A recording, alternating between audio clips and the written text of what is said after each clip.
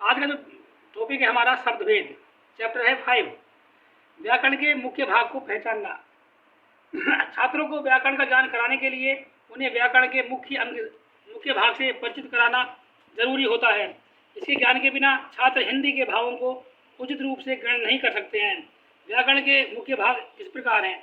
Number 1 संज्ञा।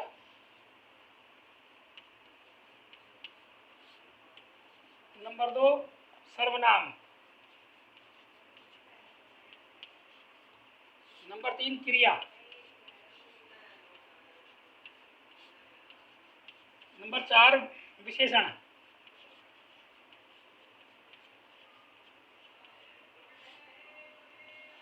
Number 5 क्रिया विशेषण। क्रिया विशेषण। नंबर 6 वचन। नंबर 7 लिंग। नंबर 8 काल। ये सब के बारे में आज हम बता रहे हैं। संज्ञा, सर्वनाम, क्रिया विशेषण। क्रिया विशेषण, क्रिया विशेषण शब्द है ये, कभी नहीं से संज्ञा समझो। क्रिया विशेषण, वचन, लिंग और काल। संज्ञा, सबसे पहला टॉपिक है हमारा संज्ञा। तो संज्ञा का अर्थ है जिस शब्द से किसी व्यक्ति, वस्तु, स्थान, जाति, भाव आदि के नाम का बोध होता है उसे संज्ञा कहते हैं। जैसे राम, यमुना, आगरा, दीपावली, हंसना, रोना आदि। संज्ञा के भेद। संज्ञा के मुख्य रूप से 5 भेद होते हैं। व्यक्तिवाचक संज्ञा। व्यक्तिवाचक संज्ञा में क्या है? जिस शब्द से किसी एक ही वस्तु या व्यक्ति का बोध हो उसे व्यक्तिवाचक संज्ञा कहते हैं। जैसे ताजमहल, गंगा, हिमालय, कविता आदि। व्यक्तिवाचक संज्ञा को निम्नलिखित रूपों से समझा जा सकता है। नंबर 1 व्यक्तियों के नाम। नंबर 1 व्यक्तियों के नाम, राम, श्याम, मोहन, सीता, कमला आदि। नंबर 2 देशों के नाम, भारत, अमेरिका, रूस, जापान आदि। नंबर 3 है नदियों व समुद्रों के नाम, गंगा, यमुना, सरस्वती, त्रिवेणी आदि। शहर व नगर के नाम, आगरा, मथुरा, चांदनी चौक, हापुड़, पिलखवा आदि। पर्वतों के नाम, हिमालय, विंध्याचल आदि। पुस्तकों के नाम, महाभारत, रामायण, द बाइबिल, कुरान आदि। त्योहारों के नाम, होली, दीपावली, ईद आदि। दिशाओं के नाम, उत्तर, दक्षिण, पूर्व, पश्चिम आदि। दिन व महीनों के नाम, सोमवार, मंगलवार, जनवरी, फरवरी, मार्च, अप्रैल, मई, जून, जुलाई, अगस्त, सितंबर, अक्टूबर, नवंबर, दिसंबर। जातिवाचक संज्ञा जिस शब्द से किसी एक समूह या किसी एक जाति के संपूर्ण पदार्थों का बोध हो उसे जातिवाचक संज्ञा कहते हैं। जैसे बालक, शिक्षक, पुस्तक, दर्जी, डॉक्टर, कुत्ता, बिल्ली आदि। जातिवाचक संज्ञा के उदाहरण। जातिवाचक संज्ञा के उदाहरणों को इस प्रकार से समझा जा सकता है। वस्तुओं के नाम, कंप्यूटर, किताब, कलम, दरवाजा, कुर्सी आदि। प्राकृतिक तत्वों के नाम, ज्वालामुखी, भूकंप, वर्षा आदि। पशु पक्षियों के नाम, हिरन, कुत्ता, कोयल, मोर आदि। व्यवसायों व पदों के नाम, शिक्षक, पुलिस, राजमिस्त्री, दर्जी आदि।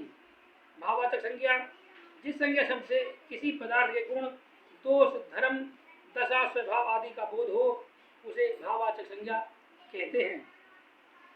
जैसे जवानी, बुढ़ापा, मानवता, चतुराई, लंबाई, मिठास, मित्रता, रोना, हंसना आदि।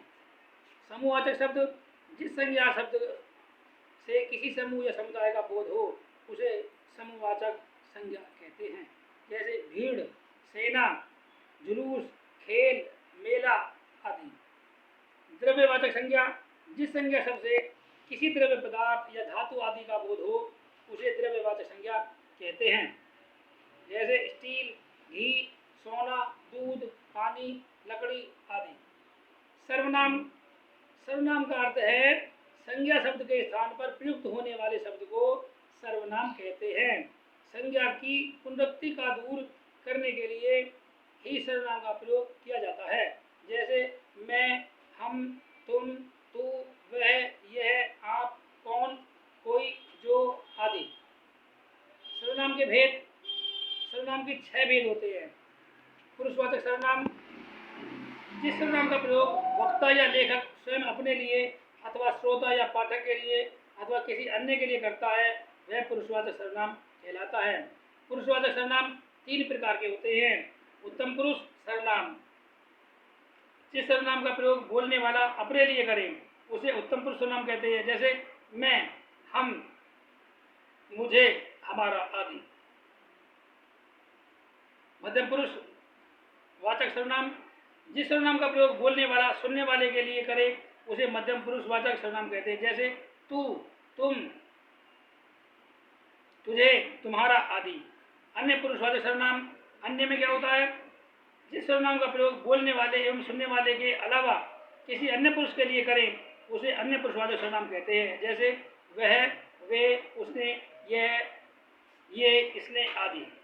नीचवाचक सर्वनाम, जहाँ अपने लिए, आप, अपना, अपने आप शब्द का प्रयोग हो वहाँ नीचवाचक सर्वनाम होता है।